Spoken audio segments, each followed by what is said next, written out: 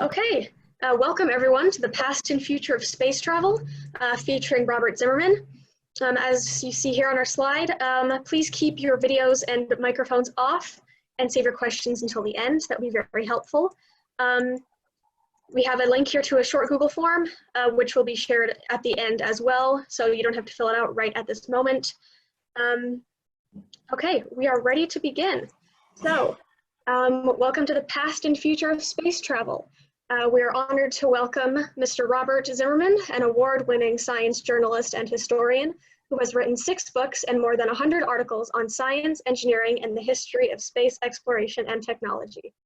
During this lecture, he will outline a few examples of past exploration, both famous as well as obscure, and use these stories to show the path we are on today is actually heading in a direction that few expected or predicted only a few years ago. So without further ado, I'd like to hand over the screen to Mr. Zimmerman.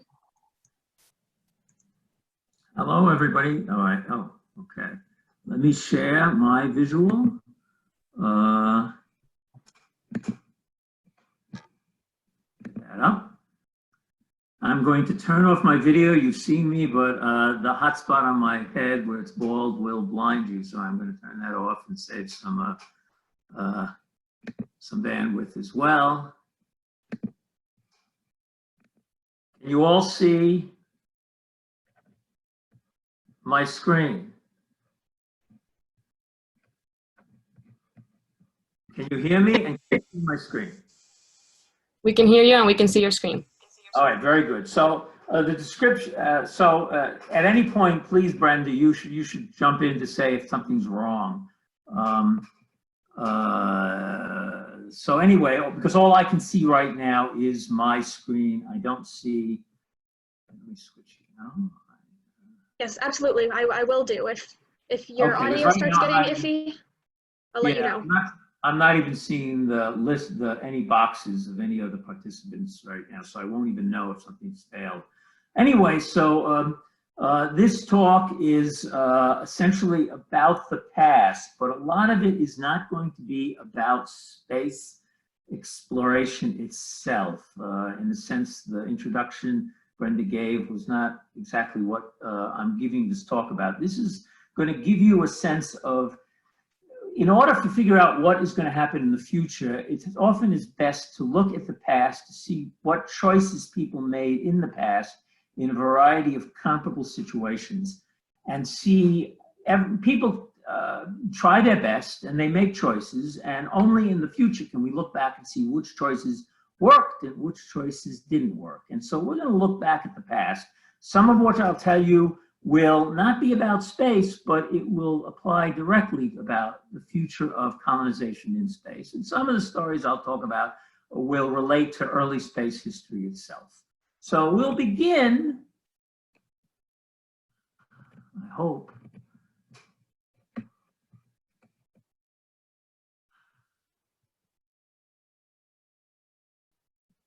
I'm sorry for a second, I'm not. There we go. All right, I'll do it that way. We'll begin here with the Cold War.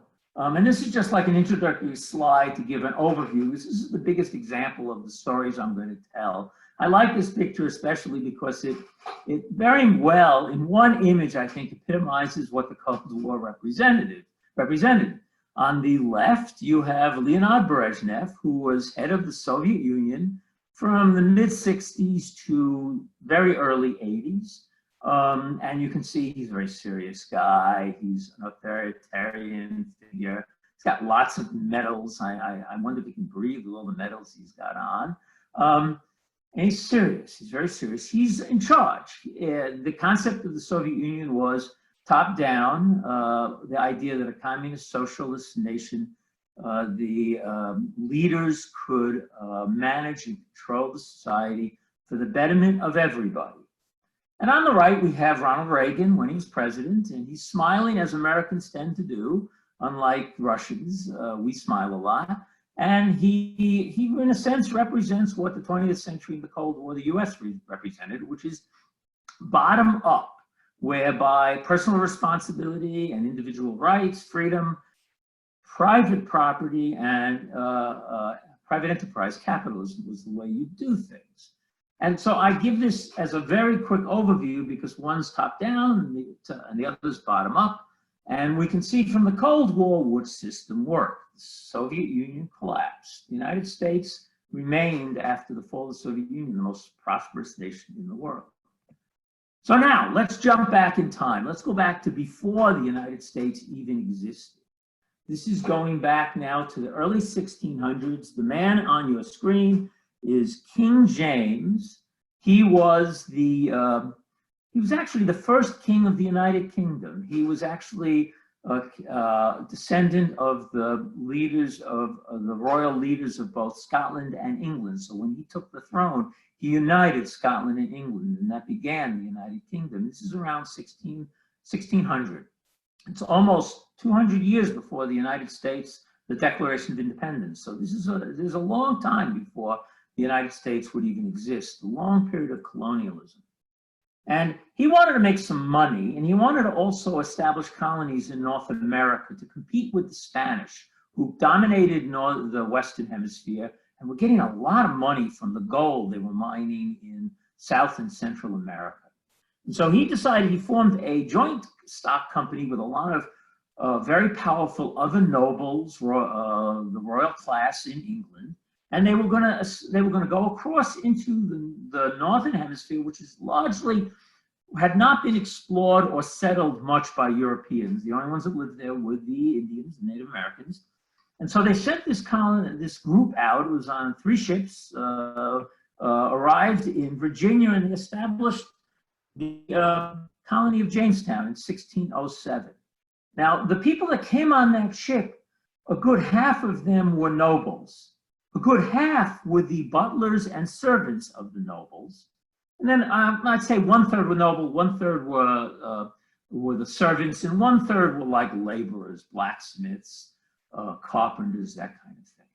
And the nobles honestly expected that they would have their servants and the laborers do all the work, and they would continue to live as they did in England as an upper class running the show. Everyone, of course, knows about John Smith. He was of the upper class, but he understood the need for getting your hands dirty to kind of run things. And I'm sure many of you have heard about Pocahontas. If your only knowledge of Pocahontas is the Disney movie, you are badly misinformed.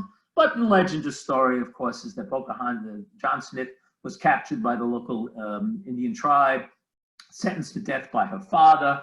And she intervened and prevented that from happening and saved John Smith's life. And in the end was able to help negotiate a peace treaty between the local Indians and the British settlers that lasted for another decade and a half until her father died. But that's not what the story of Jamestown's all about. The story of Jamestown, this first American British colony, is represented best by this image. This is an archaeological diagram of the foundations that are left of the state houses that were built in Jamestown in the 1670s. That's almost 70 years later after the colony was established. What's really interesting about that the archaeology discovered in the 20th century that they built that foundation above a mass graveyard. That's what all the little symbols are, the rectangular symbols. Those are grave sites. In other words, in the 1670s, nobody in Virginia knew that this was a mass grave. And the reason they didn't know is because pretty much anyone who could have remembered had died, many of whom had died, because in 1608, 1 year after the colony was formed, they had what they called the starving time. Basically, the colony was almost abandoned. A good 70% of the population died, much of it from starvation, some of it from disease, because they were in a lowlands with a lot of mosquitoes and disease. But the real reason they were starving was how they established the colony. It was a joint stock company where all the participants, and this was the royal leaders, that third that had their servants, they would share the profits equally. So no matter how hard you worked, and this included some of the laborers as well, no matter how hard you worked, you were only going to get the equal amount as anybody else who didn't work at all. And the result was that nobody wanted to work because they felt like they were being taken advantage of by the ones that weren't working. And so the result was they weren't getting any money, and they were all basically, they weren't growing any crops. They weren't really producing anything. There was no gold, by the way. The goal of finding gold, like the Spanish, there is no gold in Jamestown, so they weren't getting any of that in Virginia. So basically, it was failing, and they almost abandoned the colony. They were stopped from doing so, and the new governor who showed up to stop them decided he was going to change how things function. Instead of having it as a joint stock, this joint stock company would no longer share all profits equally. He would give each settler there a plot of land and let them make money from that plot of land. And this made it possible for each settler to finally begin to grow their own crops, so they weren't starving. But then very shortly thereafter, after a few years of at least, John Rolfe, one of the settlers, who was the guy, by the way, who married Pocahontas when she converted to Christianity and wished to become a European, he discovered that the way to really make money on this soil, in this environment, was to grow tobacco. And in fact, everybody discovered it became a boom town, like Gold Rush. And so over the next few years, everyone was growing tobacco wherever they could, in any manner, shape, or form possible. To quote John Smith in 1617, but 5 or 6 houses are standing, the church is down, the palisades broken, the bridge in pieces, the well of fresh water spoiled. The storehouse they used for the church, the marketplace, the streets, all other spare places are planted with tobacco, and the colony is dispersed all about planting tobacco. They became obsessed with, it was like a gold town, a boom town. This was what they were all going to grow tobacco. And so the colony spread out. You had large land holdings, people growing tobacco. At about this time, they made one additional change to encourage immigration to the colony. They decided that they would give 50 acres to each individual who paid for the transport of a new settler. It's very important to understand the distinction, because this decision shaped Virginia for the next 300 years, and all southern colonies, by the way. They were not giving the 50 acres to the settler. They were giving the 50 acres to the person who paid his transport. So if a poor person came over, he couldn't afford to pay the transport. He would make an agreement with one of those wealthy, rich nobles who owned land and lived in Virginia and were trying to establish their own large plantations there. He'd make an agreement whereby he would come over, but they would pay the transport in exchange that he would give them a few years of labor. And over a period of time, this indentured servitude in Virginia was significantly changed from what was known in England. England did not have slavery. It was hostile to slavery. Indentured servitude was only really used to educate the young. Well, apprenticeship, essentially. Once you had rights, you had contract rights. Once the apprenticeship was over, you were then a full citizen with the right to make a living in that craft you were trained. But in Virginia, they turned indentured servitude into a temporary form of slavery. You came over, you didn't get your 50 acres, your noble got those, and then you had to work for anywhere from 4 to 8 years for free for him. And when that time was over, they gave you a barrel of corn and some clothes, and that was it. And so what happened is all these nobles started to accumulate large plantations with the British settlers who came over for them, basically laborers and poor. And to quote, and this indentured servitude system basically was turning British citizens into slaves and making slavery concept acceptable to a culture that didn't like it. To quote one particular man who was an indentured servitude, "My master Atkins has sold me for 150 pounds like a damn slave."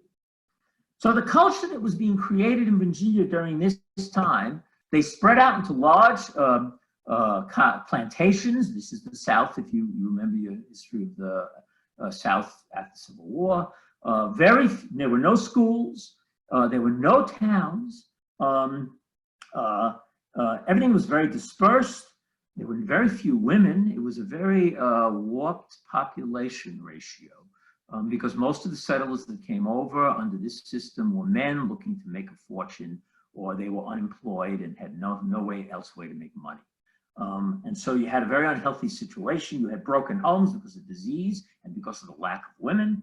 And without schooling, children weren't raised. Because of the system as it's set up, the focus was totally making profit. There was no religious institutions of any kind. At this time, education was mostly run by the churches, but that was education. You were at least teaching people. There was none of that.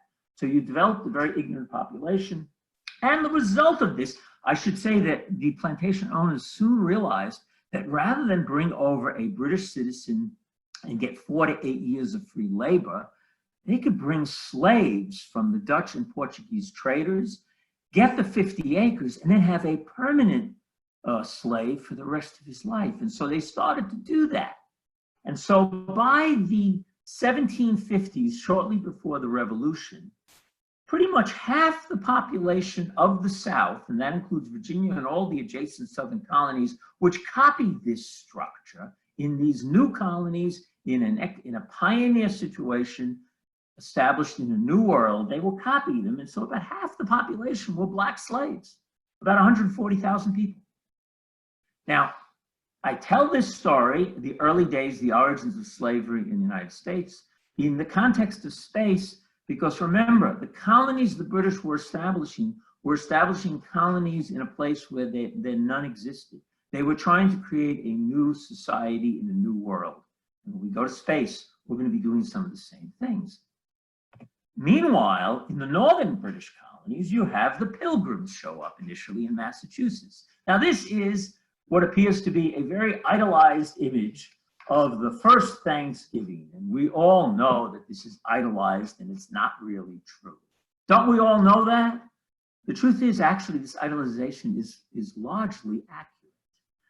When the Pilgrims came over, they came over because they themselves were religious people who lived as families, very Old Testament based, and therefore they wished to raise their kids, their children, under a certain environment. And they were not being allowed to do this in England. England was a church-run society run by the king. He was head of the church. And you had to belong to his church and follow his church rules, or you could not be a citizen and you'd be persecuted. Well, they didn't want to belong to his church. They wanted to follow the Old Testament as written. And I will tell you as a Jew, that if you know anything about Orthodox Judaism, you will be amazed how similar the Pilgrims were to modern Orthodox Jews. They were following Old Testament beliefs. And they decided we have to get out of England. And so they decided to come to the New World. They came to Massachusetts. This is them on the way across the ocean. They decided we've got to put together, this is Britain, so they believe in the concept of social contract.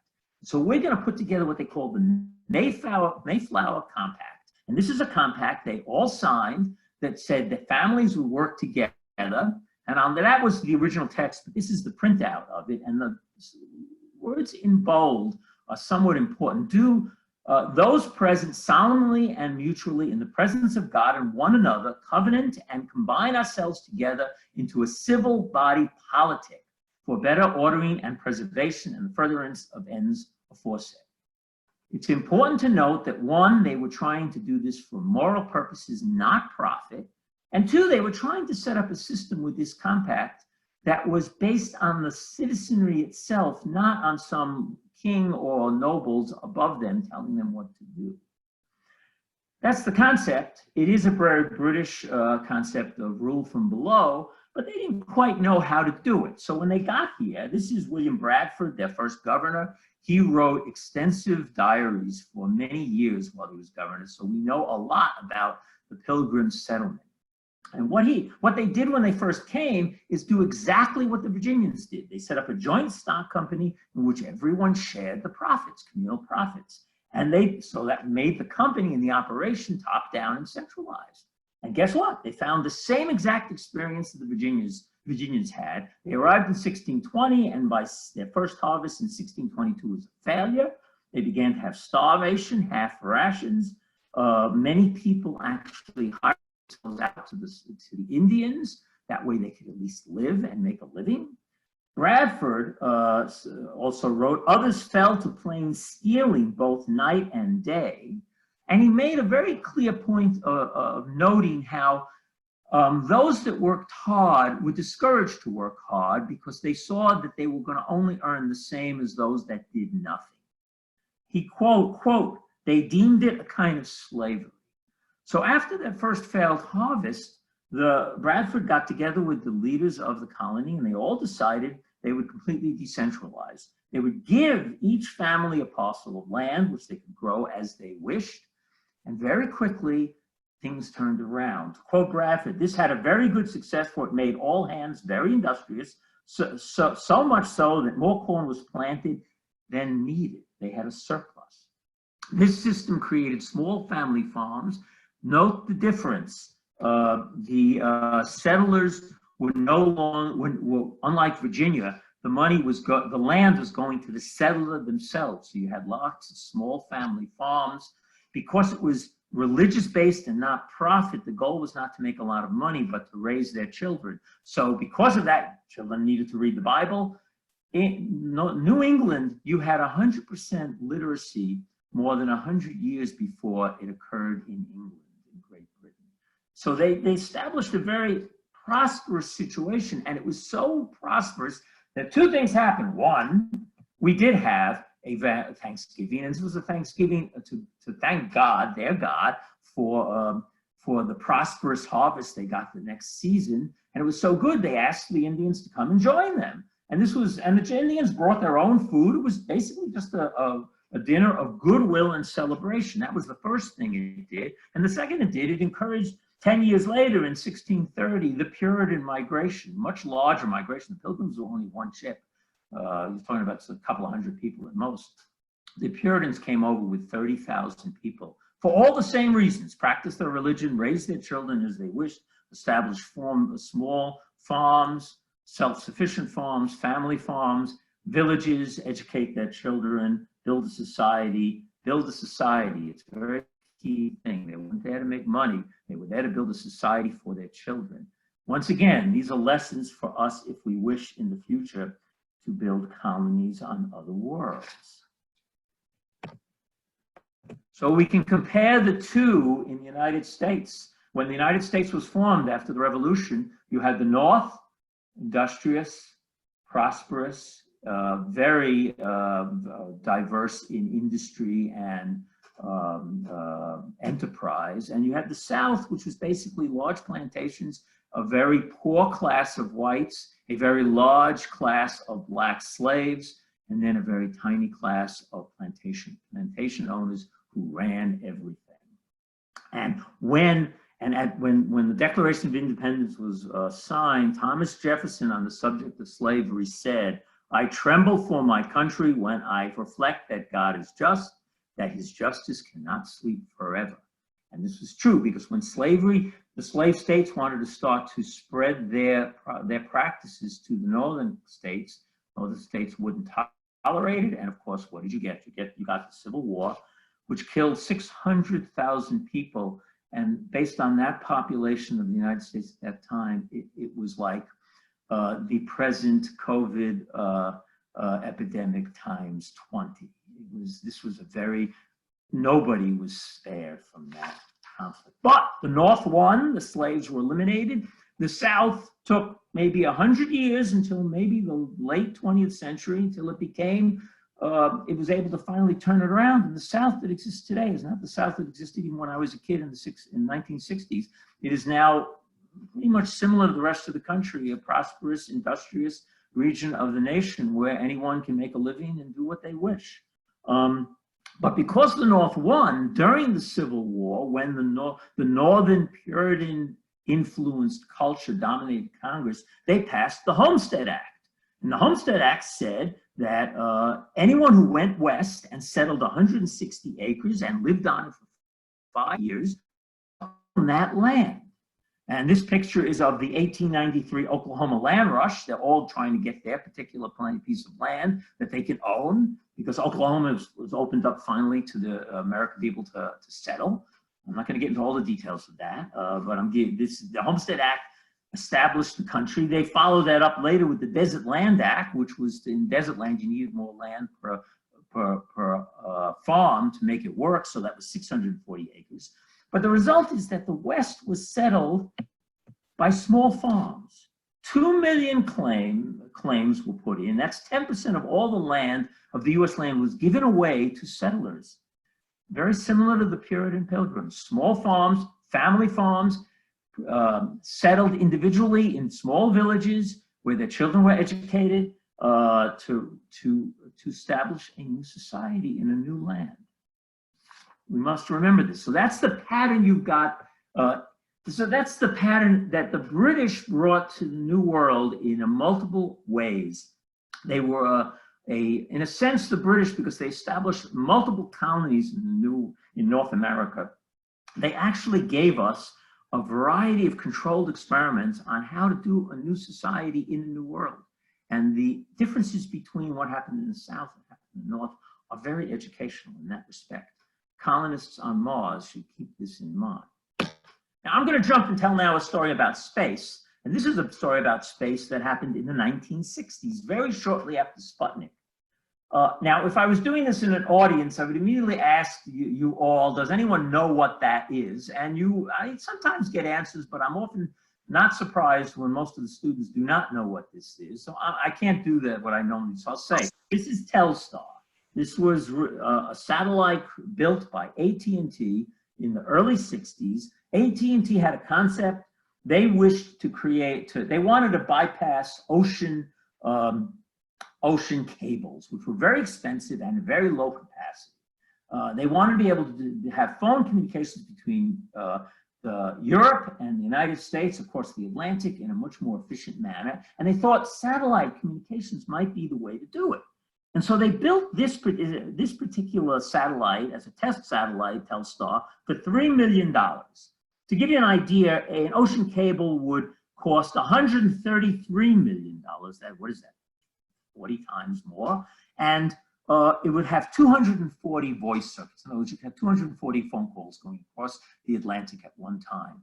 For $3 million, Telstar could potentially have 600 calls at one time. This is early technology, test technology. So so AT&T purchased a launch for $3 million. They built the satellite and they launched it in early 1962.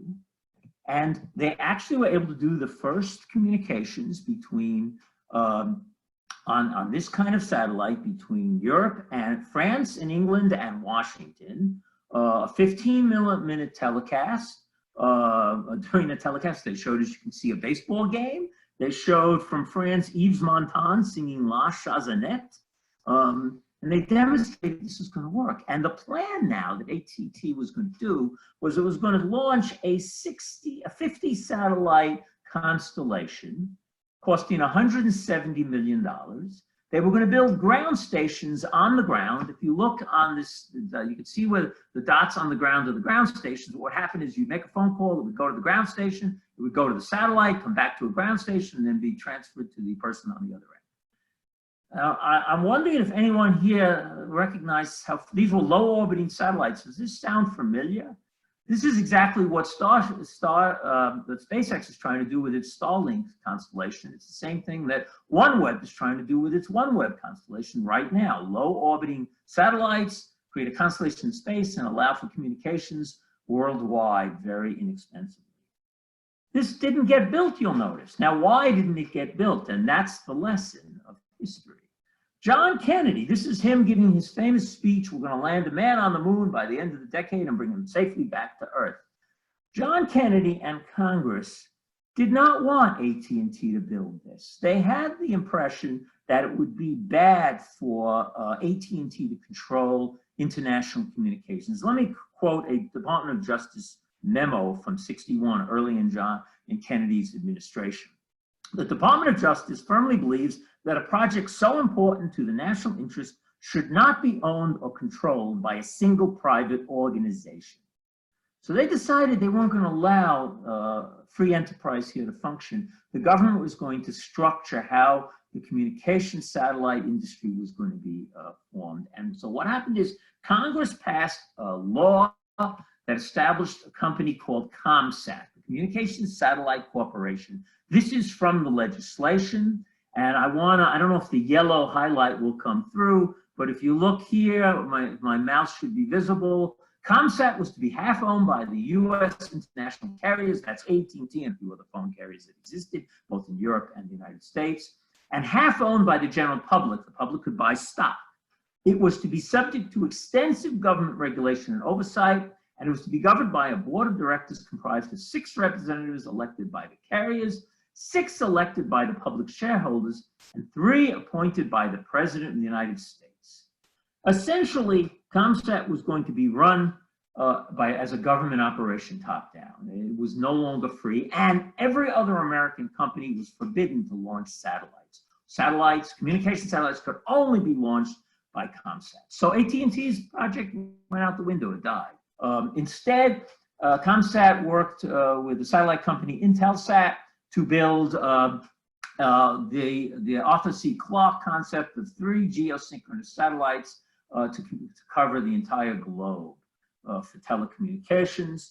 I repeat, this squelched all private enterprise. The American television industry wanted to launch their own communication satellites because these communication satellites were not giving them the broadband they needed, and they were not allowed to.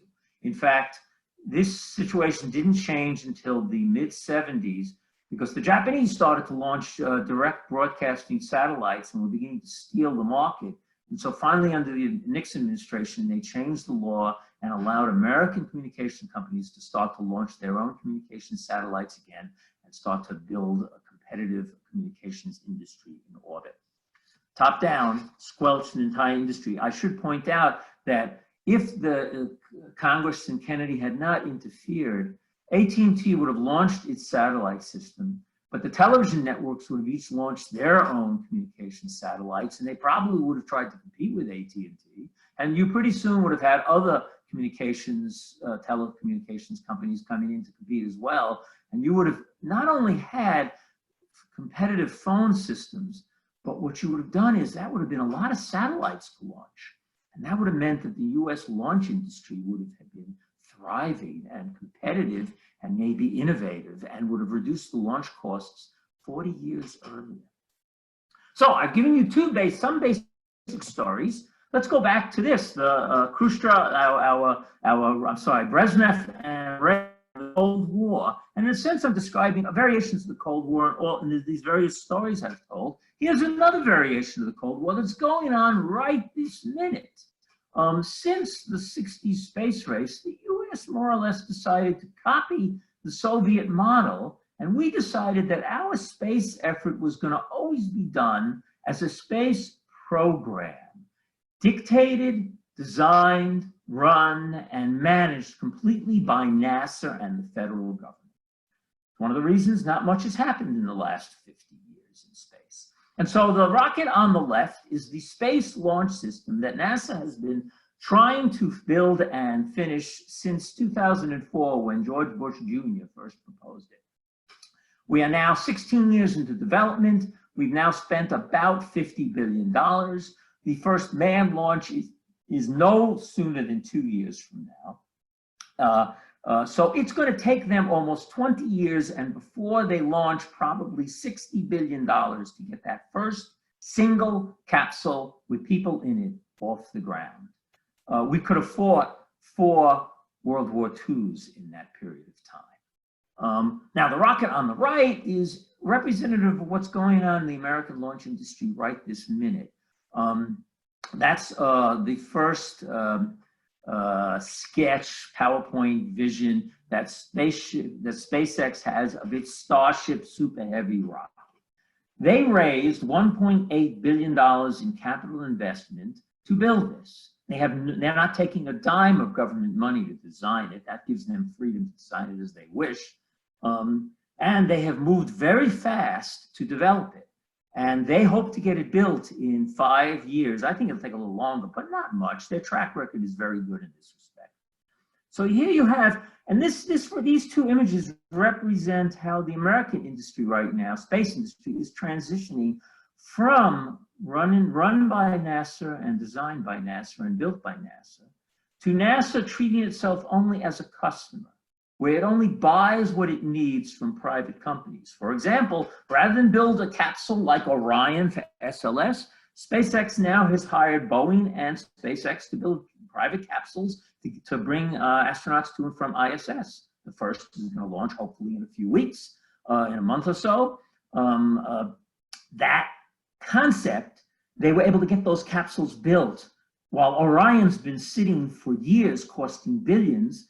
SpaceX and Boeing have been able to build their capsules in less than 5-7 years for a tenth the amount of money. And since they privately own those capsules, both SpaceX and Boeing can sell the product to other customers, which SpaceX has already done. It's got 2 different contracts to put private tourists in space outside of NASA entirely.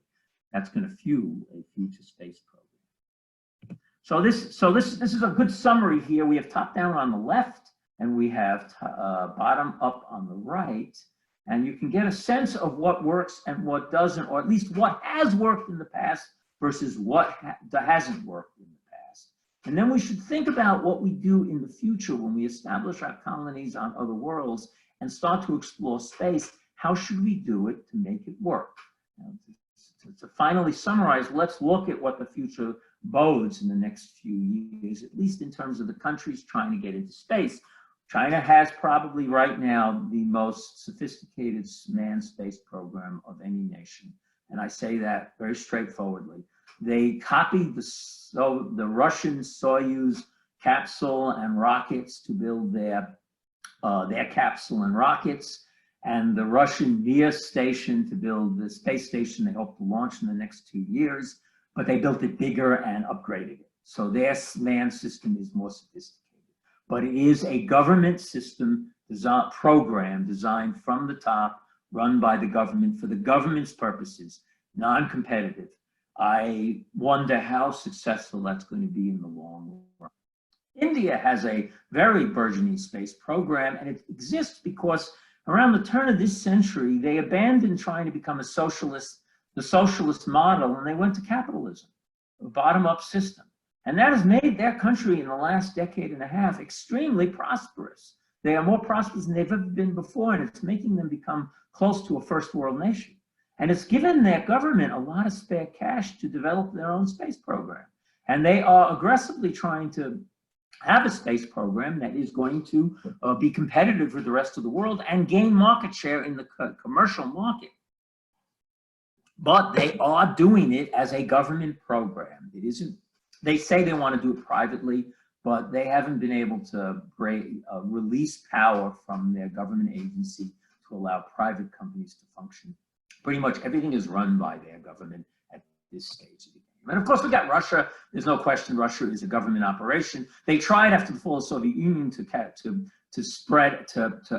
do capitalism, but they didn't understand it. So they didn't allow new private companies to come along. All the so-called private companies that came into existence with the fall of the Soviet Union were basically just the old divisions within the government, and they all divided up their work so that no one was competing with anybody, and they all worked together to prevent new companies from coming along. They actually really functioned exactly like the mobsters during Prohibition, dividing up territories and not allowing new competitors in the market. So the result was they weren't doing very well. So the Russian solution under Putin, well, let's just consolidate all those companies back into a government-run single corporation run by Roscosmos, their government space agency, and that's what they have right now. It's the Russian, basically Soviet Union concept. Russia's aerospace industry is entirely under one umbrella, the government, and that's how everything is done. There is no competition, and there is no new companies allowed to come in and try new ideas. Europe runs under the European Space Agency. They have the Ariane 5 rocket, Ariane Space. They've tried to be a commercial operation, but it's basically subsidized by the European Space Agency. It's never made a profit. They're trying to compete with SpaceX with an Ariane 6 rocket, but they don't understand capitalism or competition, because even though the SpaceX is already reusable and very cheap because of that, they designed the Ariane 6 not to be reusable. So right off the bat, even before it's flown, it is not competitive. They are still top down. The government is the way things work and dictates terms. They're trying to give power to their private companies, Airbus, for example, to run things, but I don't know if they're going to succeed very well. And then we have the United States, and I gave you the slide of SLS versus Starship to give you a sense that we are right now in the United States in a Cold War between the government-run operations, and this applies to space, but maybe it applies to a lot of other things, and private enterprise and freedom, and the individual's right to achieve what they are dreaming. And right now, NASA and the Trump administration is struggling to try to transition from the top-down model at NASA to the bottom-up model. It's unclear if that is going to succeed. And that is a real question, and it's a question for you. It's a question for you, not for me, because you are the future, and it's going to be you that are going to determine what will happen in space in the future. And I've just laid out some history so you can think about what choices you wish to make. And I will now, that finishes my slideshow. And so if I'm going to, let's see, I'm going to end my share. And hopefully you've all heard me. I hope I've been on all this time, damn it. 87, I don't see anything. So I'm talking, but I don't see anything. So I don't know if you guys are here. Can you hear me, Brenda? I can definitely hear you. Yep, you're still here. Did you hear my talk? Yep, you were on the entire time, loud and clear. Okay, good. I only, I'm not seeing anything, so I don't know if you can see me. I just don't see anything. So anyway, so if people wish to ask questions, let me see, can I change this to, I see a list, but I won't know if people want to ask questions. So I'm kind of like at a kind of helpless. I don't know how we can do this. If people want to ask questions, I'm also going to kind of depend on you, Brenda. You maybe can see their faces and you can point out people. And if they have a question, they can unmute their mic and ask when you tell them who, but I can't do it. I can't see anybody. Yeah. So what we can go ahead and do, if you have a question, you can either, it looks like we have someone. Yeah, I was just going to say, if you have a question, you can either show your video or raise your hand in the chat and I can call on you. But it looks like we have our first question. So if you want to go ahead and speak up. Not on a question, I was just showing my face. Oh, okay. Is there anybody that, come on, someone must have a question. Or were you all going to the bathroom during my talk since I couldn't see you? If you have any questions, go ahead and speak up, or you can ask them in the chat, whichever you prefer.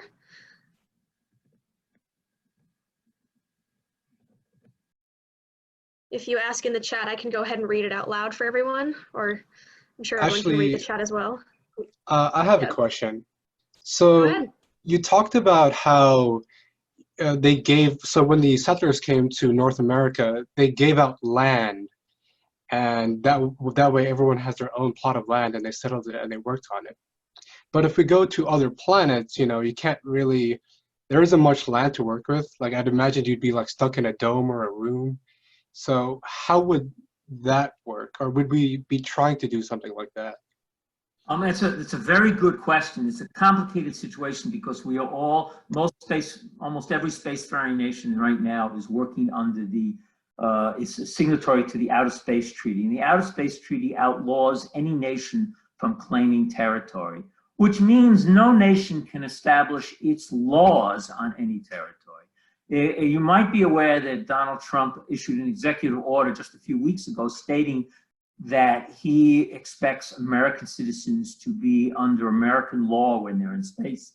So if they do any mining, for example, on the moon, they will own the resources they mine, just like if they were on American soil. And they won't be able to own the land, that's unfortunate, but they will be able to own the resources.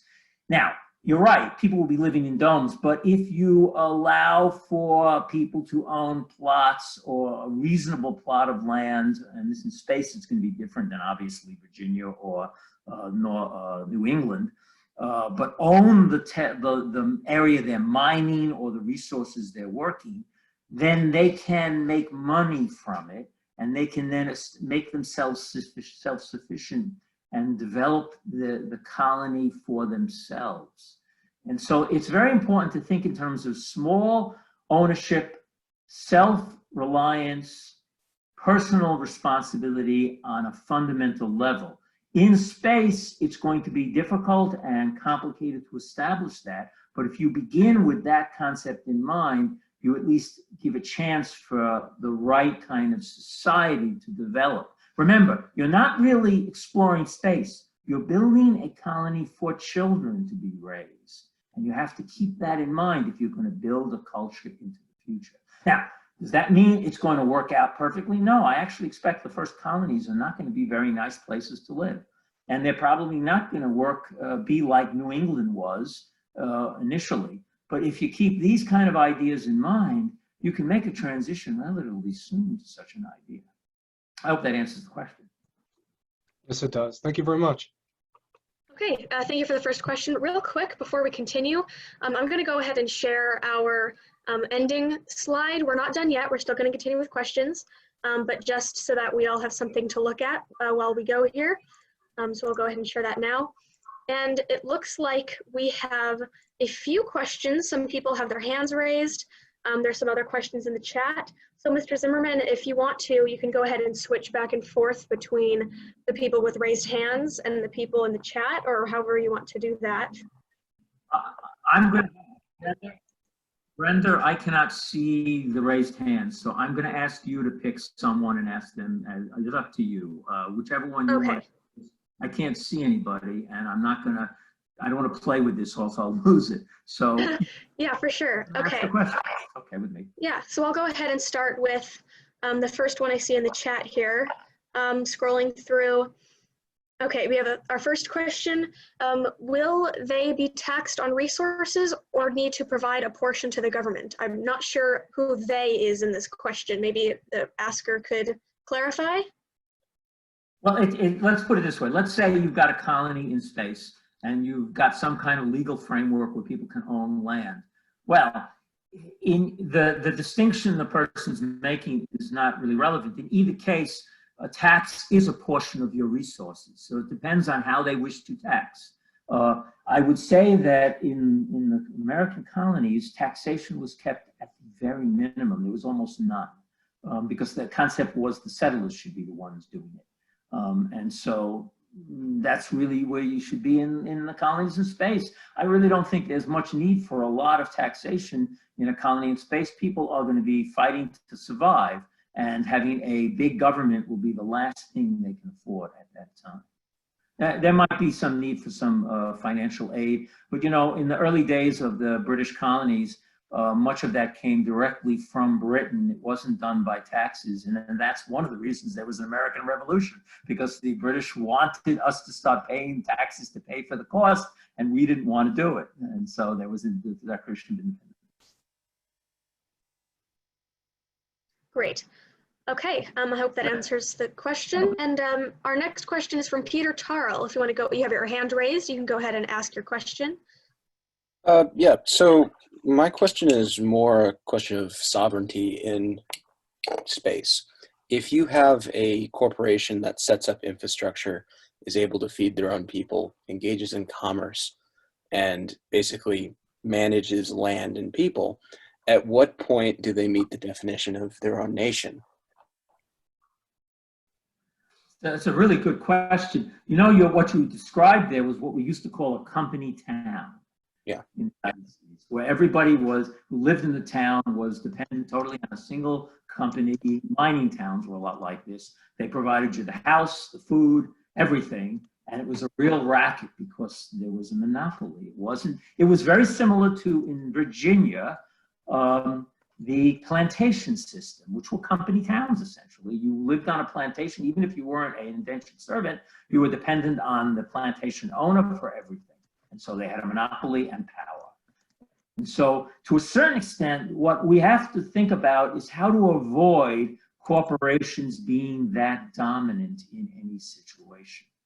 And that's a tricky question, and it's a difficult question. And I'm not suggesting any of this is easy.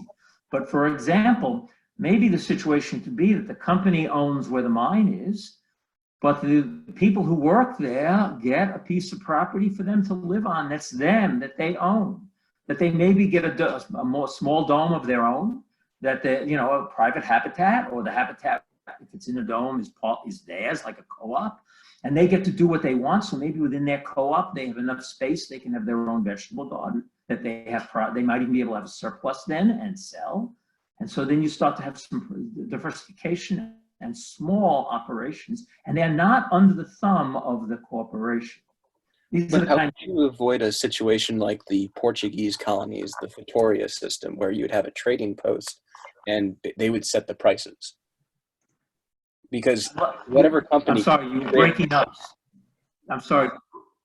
Whatever company creates the colony is basically going to have complete control over transportation on and off world, essentially.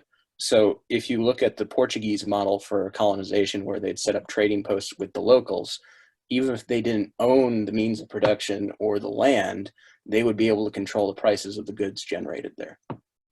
Yeah, so what the Portuguese and the Spanish did was a very top-down system. And yes, that's exactly how the Portuguese, as you described, is how they did it. The British didn't do that. The ships were privately owned that provided transportation. Private citizens could use those ships to ship their tobacco to and crops from New England to England by just making a deal with a merchant. Now, in the US, you realize that we are transitioning, and hopefully we'll continue to transition, where the launch services are privately owned and competing with each other and not government owned. And therefore, that means that if you are a settler on the moon and you want to ship your surplus to Earth and it's sellable on Earth, you don't have to deal with the government. You talk to SpaceX about getting space on Starship, or eventually, hopefully, Boeing or some other company with their other, and there will be other companies eventually. So I hope that answers your question. Once again, think competitive and think in terms of freedom, and think in terms of allowing as many competitive companies, new companies, to develop as quickly as possible. Okay, thank you for the question and that great answer.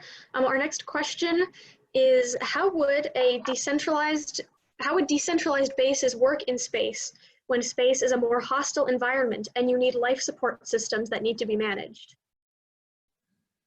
Once again, I did an op-ed about a year and a half ago suggesting that we should get out of the Outer Space Treaty and immediately pass or negotiate a new Outer Space Treaty, which would allow nations to be nation homesteading, where a nation could claim a fixed amount of territory, and every nation's working under the same rules, and then the nations can establish territory, and then they could establish their own laws on those territories. And if you establish American private property laws where the citizen has rights on our future colonies in space, you would automatically create a situation that will favor a decentralized situation. I can't be more specific than that because I do recognize this is a hostile environment and it's not going to be simple. And it's very likely that the first colonies will be very oppressive places to live because of that. But, it's an interesting thing about North America and the colonies in the Western Hemisphere. Because of the hostile nature of the environment, there have been relatively very few wars, battles over territory between nations, and relatively little conflict because people have been mostly involved in trying to stay alive. And I think that might help things as well. I'm seeing questions come up on the screen, but I'm going to let you, Brenda, choose them because they come and go, and I've lost some of them. Yeah, absolutely. I'm keeping track of it. Don't worry. Okay, if we're ready for our next question, it's from Nathan Renard. You can go ahead. Okay. First, thank you for your speech. I really enjoyed it. So my question is, with a free market, and with so many niches to be filled within the space community, and inevitably more niches will arise. And you spoke a little bit about monopolies earlier. How big of a risk is it that one company sinks their roots into every single niche? And if that were to happen, how quickly could that happen with the pace the world moves at today? It's a very good question, Nathan, it really all depends on how the United States government wants to do things, because up until a decade ago, NASA was very loath to give any freedom to any private company to compete with NASA. Space was their turf, they controlled it, and they didn't want to let anybody in. And it was only with the first contracts to Orbital ATK and SpaceX to provide cargo to ISS that we saw a break in that monopoly that NASA had. And what's happened since then is that the federal government has realized, you know, it's a much more efficient way to use the old American idea of competition and multiple companies and have them compete for the business. And so NASA is now no longer building much of anything to go to the moon. They're trying to hire private companies to build everything and let the private companies own the product.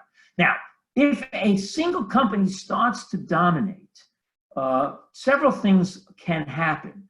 If they get too dominant, they usually will happen is they'll get sloppy and lazy, and they will no longer be very efficient, especially if they get too big.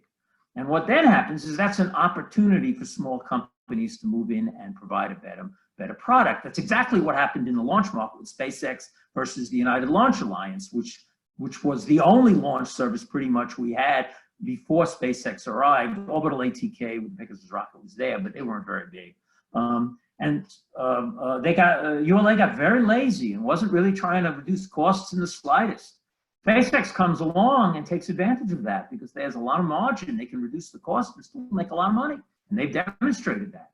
So now there's a lot more launch companies developing that are trying to do the same thing, compete with SpaceX and potentially eventually beat SpaceX. And I think that's the best thing. The key here is freedom. Give as much freedom as possible. Don't allow any company to control the situation. You know, one of the things the big space companies like Boeing and Lockheed Martin have done is they worked with NASA to lock out any competitors for many decades, just like in Russia after the fall of the Soviet Union. They didn't want anyone else to compete. And so when they would bid on NASA contracts, they would do just like in Russia. They would divide up the work so everybody got their own piece and no one was competing with each other. And the result was we had very expensive projects like SLS, and not much got built for decades. You allow companies to compete. You encourage them to compete. You encourage freedom to function, and you will avoid this problem. Awesome. Thank you for the answer. Okay, very good. Brenda, are you done? Brenda, hold on. Let me just add something. I like to call freedom the forgotten word in the United States. We do not use the word freedom much anymore, but freedom is the heart of what made the United States the wealthiest, greatest nation in the world. The idea that you give people the right to compete and freely follow their dreams. And you do not allow any one person or company to dominate. You allow freedom to function so that many can compete. And you allow companies and people to fail. That's what freedom's all about. Failure is accepted in a free society. It's the risk of freedom. And you take it because in the end, everybody benefits much more. Okay, next question, Brenda. Okay, great, thank you. So I'm taking the next question from the chat. The question is, what about a collaboration where the USG pays for high-risk fundamental research and makes it available to private enterprise to operationalize it? It's not easy to create a space-based business that actually makes money. Can you read the first part of that again, Brenda, because you broke it? Yeah, sorry. What about a collaboration where the USG pays for high-risk fundamental research and makes it available to private enterprise to operationalize it? Well, okay. That's been the model that NASA's been trying to follow for the last half century, and it hasn't gotten us very far. NASA came out of a government organization called the NACA. And the NACA was basically a government operation to help the aviation industry. And it did not develop almost anything. What it basically provided for the aviation industry was venues for testing new ideas. Their wind tunnels was the biggest thing that NACA provided for the aviation industry. What NASA should do, for example, what it's doing now, for example, NASA needs to get wants to get unmanned science payloads onto the lunar surface to try to learn more about the lunar surface as scouting missions or manned missions to follow. But rather than build the lander and the rovers and the science payloads all itself, what NASA decided to do in the last 3 years was dump its own lander and launch services. It's instead hiring private companies to build the landers themselves. NASA will put its science payloads on those landers. And instead of building one lander that NASA built very expensive and take a long time, they're getting 3 different landers for the same price, landing in different places on the moon. And so the idea here is NASA might have a goal in space, but then ask private companies to compete for the right to achieve that goal. And I guarantee you that competition and innovation will come up with the solutions much faster than any government operation could.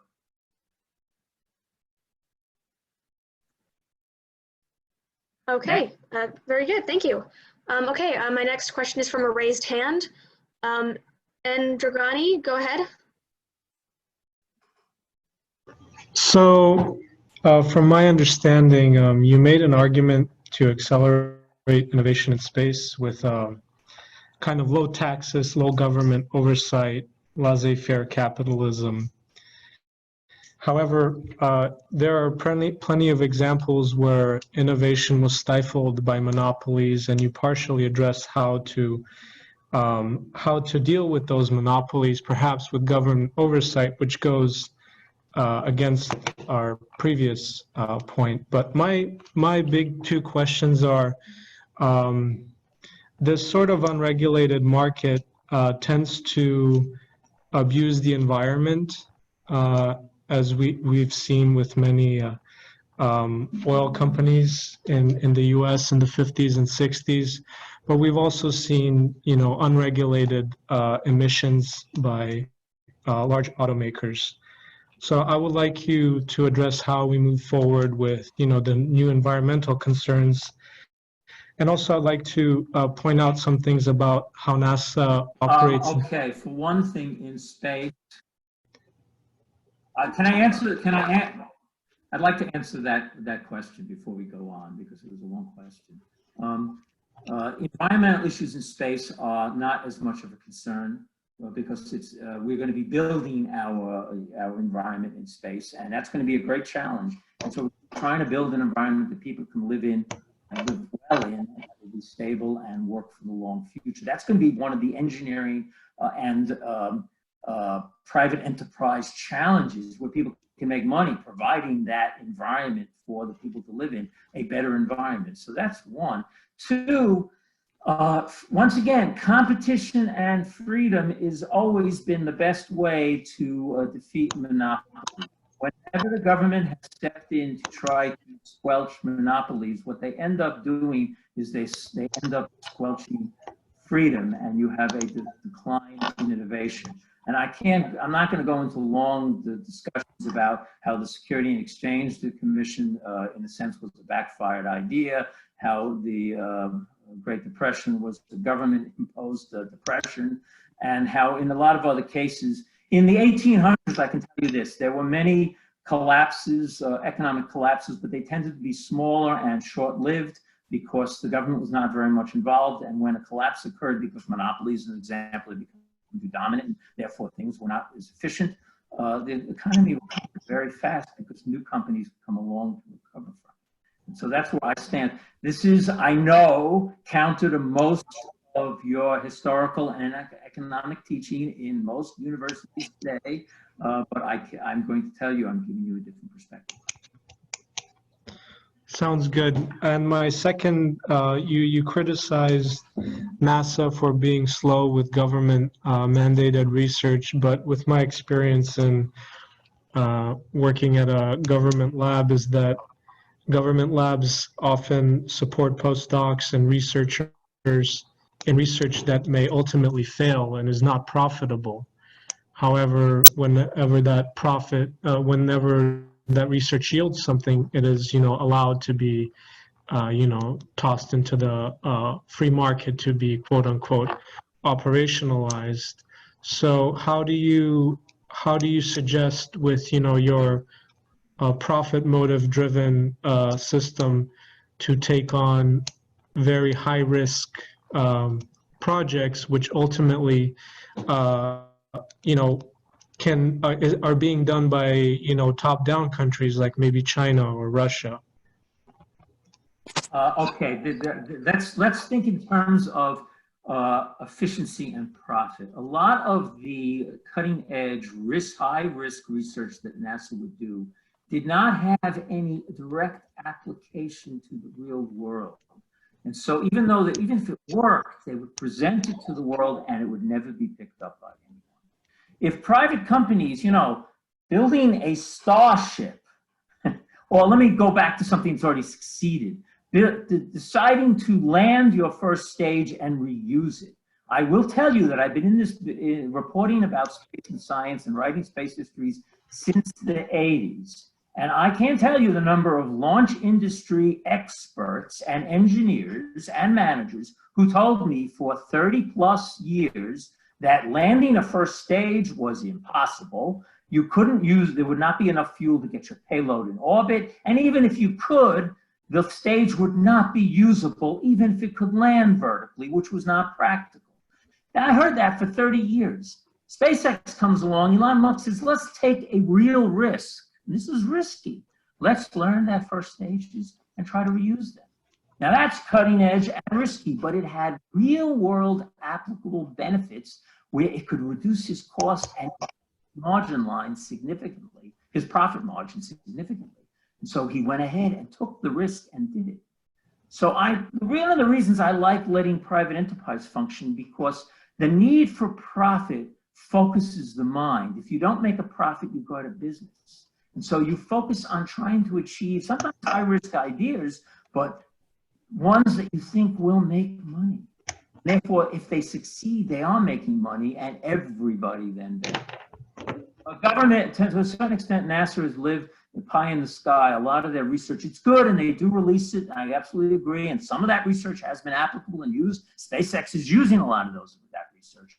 But overall, NASA is not in a government choice of what to research is not necessarily a very efficient way to do it.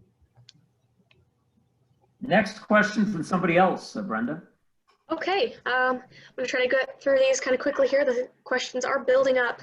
Our next question is from the chat. It says, as an educator of middle school students in a STEM program, how can I promote your thinking and promote future thinking of this group? Well, I don't know what age group if you say middle school, I will tell you what things you can have them do is buy Genesis, the Story of Apollo 8, my first book. It's an ebook. Let them read it. I wrote that for high school grades. I wrote that for the general public, but it definitely, at least from my perspective, a high school level, maybe even junior high school level could actually read it and understand it. And it outlines why we won the space race and why the Soviet Union lost and the lessons that the United States took from that victory, some not good. And that would be educational. How else to inspire them? Keep them very focused on what's going on right now in manned space. Because manned space right now, there is a Cold War going on in the United States between government-run operation, SLS, and private enterprise competition. And the private enterprise is exciting, and it's succeeding, and it's doing innovative things, while government is really not, and wasting a lot of taxpayers' money. So that's very educational right off the bat. Just simply following what happens there is very helpful in that respect. I would suggest my webpage, because I cover this all the time, but that's being very self-serving, I know. I will say, one of the things I noticed that during the space shuttle era, it was always amazing to me how little interest the general public had at each space shuttle launch. I noticed that, I was interested in space, but I found space shuttle launches to be generally boring also. They weren't that exciting. But I would have been amazed when SpaceX started to launch and try to land its first stage, how many ordinary non-tech people I would come across on the street anywhere who would suddenly say to me, hey, did you see that first stage land? Wasn't that cool? Because this was something that private company was doing on their own merit that was on the edge and exciting. And so, and this once again indicates the difference, and showing that to kids, I think, will be very beneficial. Next, Brenda. Okay, thank you. Our next question is a raised hand from D. Habton. Go ahead. Here's a curveball. I've heard that in the future, nuclear thermal rockets would be a boon for. I heard that nuclear thermal rockets would be a. I heard that nuclear thermal rockets would be a boon for small settlers in space because it would be able to run on many forms of propellant and it would be able to provide ample power. What do you think of them? Well, I always preface these kind of answers with, I'm not an engineer. I'm a historian and a space science journalist. However, I can tell you that there's, having reviewed the engineering, read a lot of engineering reports, thermonuclear engines in space are the most efficient, one of the most efficient ways to get from point A to B very fast. Unlike ion electric engines, which are very efficient, they can't go very fast, but a nuclear thermal engine can get you up to accelerations very quickly. So you could really shorten travel times between different places. That's a profit center. When we have colonies in space, if some private company doesn't immediately try to grab that engineering design and make that happen, they're missing out on an opportunity. Because think about it, it's going to take 6 months to get from Earth to Mars, and you can only do it when those launch windows open. But if you have a thermonuclear engine that has a steady acceleration of high energy impulse, you can almost go almost any time. And I've seen reports saying that you do have a lot more flexibility about when you want to go if you've got a more powerful engine to do it. And so yes, it's an absolutely good idea. And once again, I think in terms of competition and innovation, if people if you see the idea, you know the engineering, and you know it can be made to work, and there's a profit to be made from it, go for it. It's a little soon for that now because of our fear of nuclear power on a rocket ship. It's not something that anyone wants us to use for launching off of Earth. So it's going to be a valuable resources when we're traveling from point A to B in space, and that's coming. That answers my question. That's my answer. Next, Brenda. Okay, most of the rest of our questions are on the chat. So the next one is, it seems there should be a distinction between astronauts and colonists based on the skill sets, but NASA seems to want astronauts to do everything. Well, that's the power game once again. NASA wants to control its turf. And so its turf has been given away to private companies to build the spaceships and the rockets. So they're trying to hold on to the turf by making everybody be an astronaut under their control and education. That'll break down with time. You know, for example, SpaceX has private contracts already with 2 different companies to put tourists up in space. One of which is a mission with Space Adventures that is just an orbital mission. So it doesn't even tie into ISS. So NASA is completely out of the loop. So at that point, SpaceX could have its own pilots and its own commanders on its Dragon capsule, irrelevant to NASA. They might end up hiring a NASA-trained astronaut. Why not? NASA does a good job at that. I don't deny that.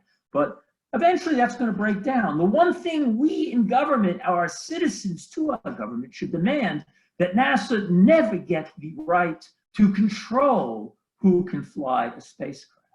If a private company's got a capsule and it thinks it can train its people best to fly it, it's none of NASA's business, and we should not allow NASA to have a say on that. That's the key. Allow freedom to function. Next. Okay, next question. Can you comment on why James Webb has been delayed so long, and do you think it will be ready by its current launch date of March 2021? I have a running joke when I do regular appearances twice a week on the radio show, John Batchelor's show. And we've been joking about it's a race to the bottom between SLS and the James Webb Space Telescope. James Webb Space Telescope is the perfect example of, and I will tell you, the astronomy community and the planetary community have been very good at avoiding this kind of boondoggle. But unfortunately, James Webb turned out to be one. It is functioned less as an actual telescope and more as a jobs program over the last decade. And whether it'll launch on time or not is a real unknown. I would say I'm more encouraged, but there are unknowns still with that. Just so everyone knows, the James Webb Telescope was proposed around the year 2000. It was supposed to cost $500 million and get into orbit no later than 2011. It is now going to cost $10 billion. That's 20 times the cost, and it is a decade plus behind schedule. And this is partly, once again, government functioning not very efficient. Their focus is not on getting it done, but making a very big gold-plated project. The astronomy community itself made a mistake. They went for the big project rather than keeping with smaller telescopes or with technology that was already proven. They could have built a only slightly better Hubble telescope and gotten a lot more out of NASA and the money. Next. Okay. Do you see terraforming Mars as a possible option in colonizing? Well, sure, but you know, at this moment, it's been a decade since the US was able to launch any astronauts into space. So my focus is prioritizing what we need to do right now. Terraforming Mars is going to happen. When colonists live there, they're going to automatically, this is what humans do naturally. We're an adaptive species. This is what we try to do. We try to figure out how to use our tool-making abilities to adapt the environment to make life better for ourselves, and also at the same time to bring life to a dead world. This is what's going to happen when we get to Mars and the Moon. We're going to be bringing life to those places.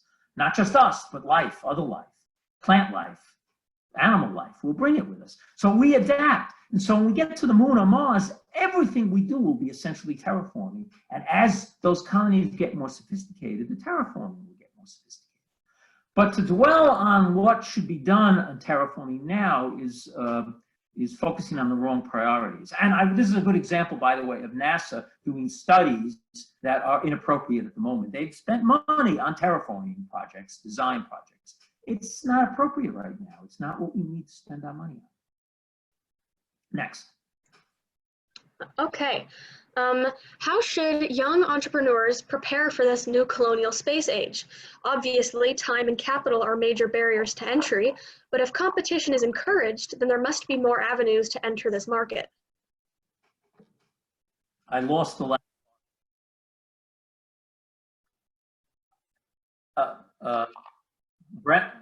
Brenda, I lost you after if competition is to be encouraged, and then I lost it.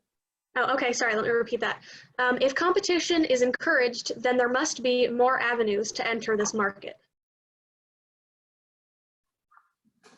Well, you know, the way to get into this market is to know the market, do a lot of research. Once again, I will plug Behind the Black, my website, because I cover this all the time. So you learn who the companies are, and who's doing what, who's succeeding, who's spending, who's getting investment capital, and what are they doing. So learn the market, learn what the needs are in space right now, and then form a company that maybe can fulfill some of those needs. And if you do that, you can get investment capital. I'll give an example. There's a company, a very new company called Momentous. They came up with a really good idea. There is a boom coming in CubeSat launches. A lot of CubeSat companies are building all kinds of small satellites to do all kinds of things. They are getting some of their own launch services that's devoted just to them, but many of them are being launched to secondary payloads. And when you launch a secondary payload, you can't get to the orbit, the ideal orbit. You're just basically dropped off where they drop you. Well, what Momentous did is it said, well, you know what, there's a niche here. We're going to make a kick stage, a CubeSat kick stage. We're not going to make a satellite CubeSat that will do anything but provide other CubeSats transportation to a different orbit. And they're selling that to CubeSat companies, and they're making sales, and they've gotten investment capital. So think about that. So there's a CubeSat company called Swarm that's going to put up a whole bunch of very tiny CubeSats. And they just signed a contract with Momentous. Momentous is going to provide them the kick stages that get launched on a SpaceX Falcon 9. They'll be dropped off as secondary payloads, and then Momentous's kick stages will get them to the right orbits. And so here you have two different companies making money. So you got to find a niche, and you got to look for where the need is. Necessity is the mother of invention, but also wherever that need is, build a better mousetrap. The world will beat its path to your door. Next.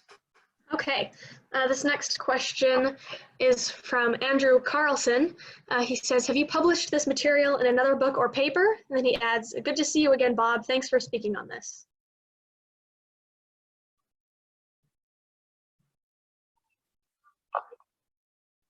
Yeah, the name's familiar, but I can't remember where I know you, Andrew. So anyway, yes, if you go to my website, there's one thing you can download for free. It's called Capitalism in Space. This is a policy paper I wrote 2.5 years ago, outlining the present situation in manned space and what has been failing and what is succeeding. It's not really dated. It still is outlining much of what I discussed with comparing SpaceX with SLS. And that's a free download, Capitalism Space. I've written, a number of books. My website lists the books, and people should go and look. I discuss this stuff on the website on a regular basis, and so that's another venue.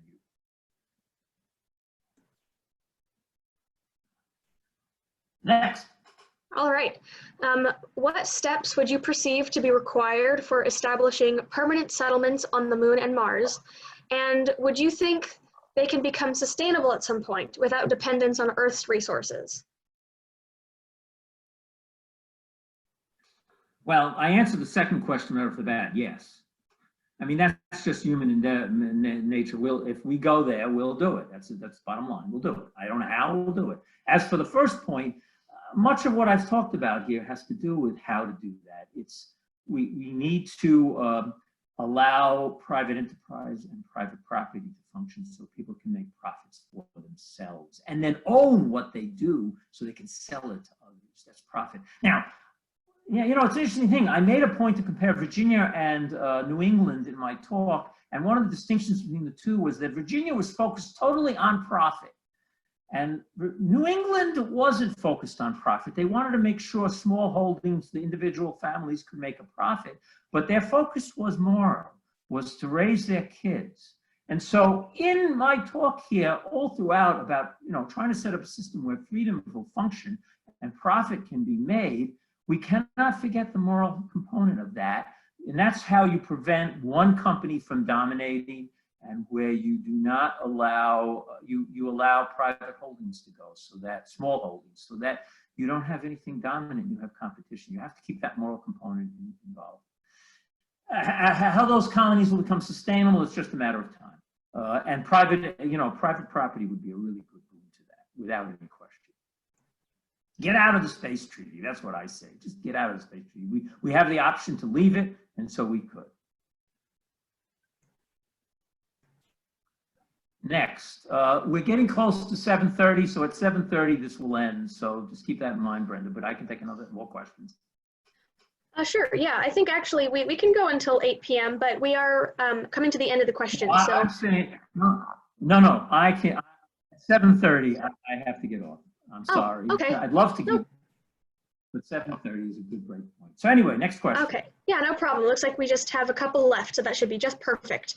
Okay, we have, when will we accept human life loss in space projects? We can accept this in cars and on Earth, but we go to amazing costs not to accept it in space. Well, okay, there's two components to answer that question. One, before someone died in space, we were terrified, me being most of the people in the space industry, that if a disaster happened and a shuttle was lost, they'd shut the program down. And what we found instead is that after every shuttle accident, the enthusiasm by the American people for space grew.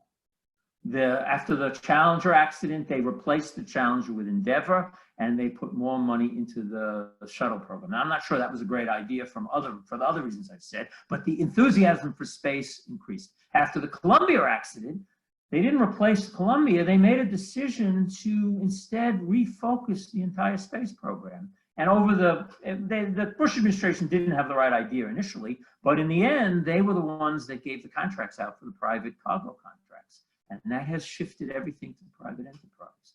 So for one, an accident doesn't necessarily cause disaster. That's first.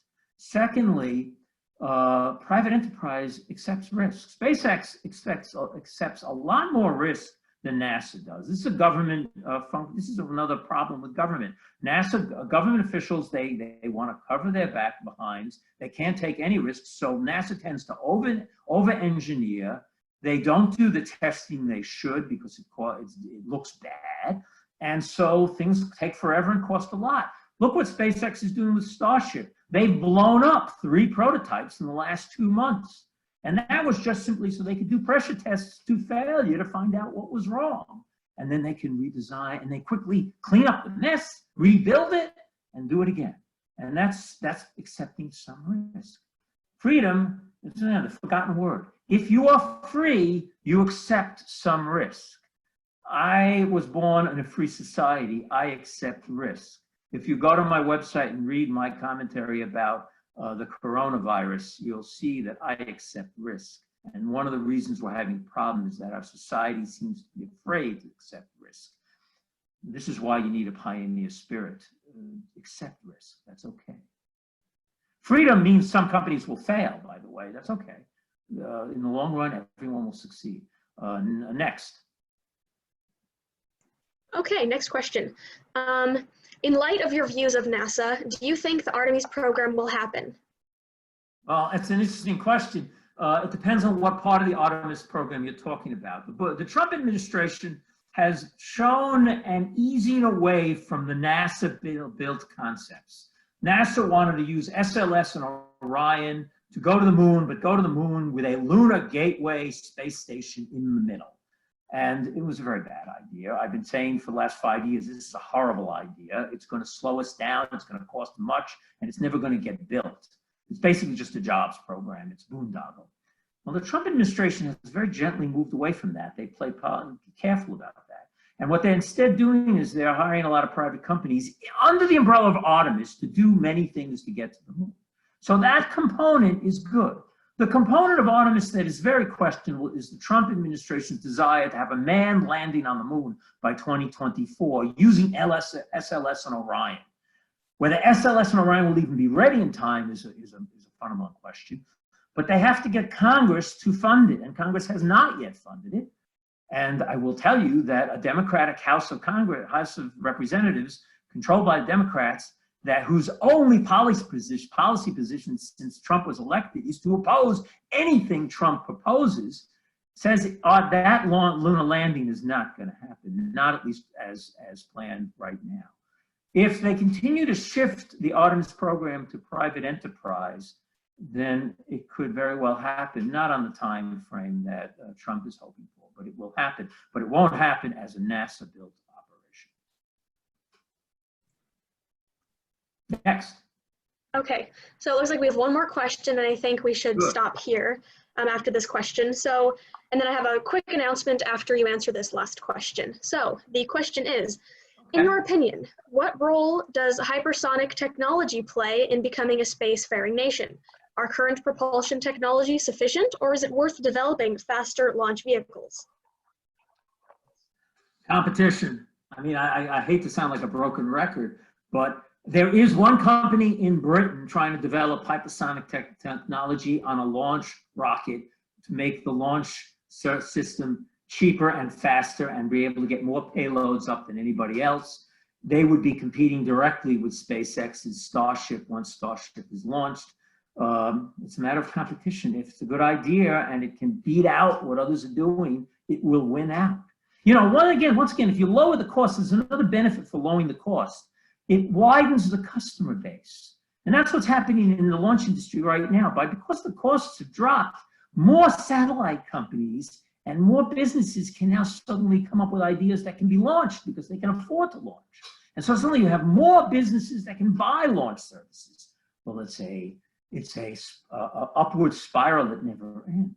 And so hypersonic, technology, NASA's tested it multiple times, and they always say we did it, and then they're done, and it gets filed away, and nothing ever happens with it. When the time comes and it can be competitive and can be built, it's a profit center. Okay, Brenda, I'll hang on to your announcement.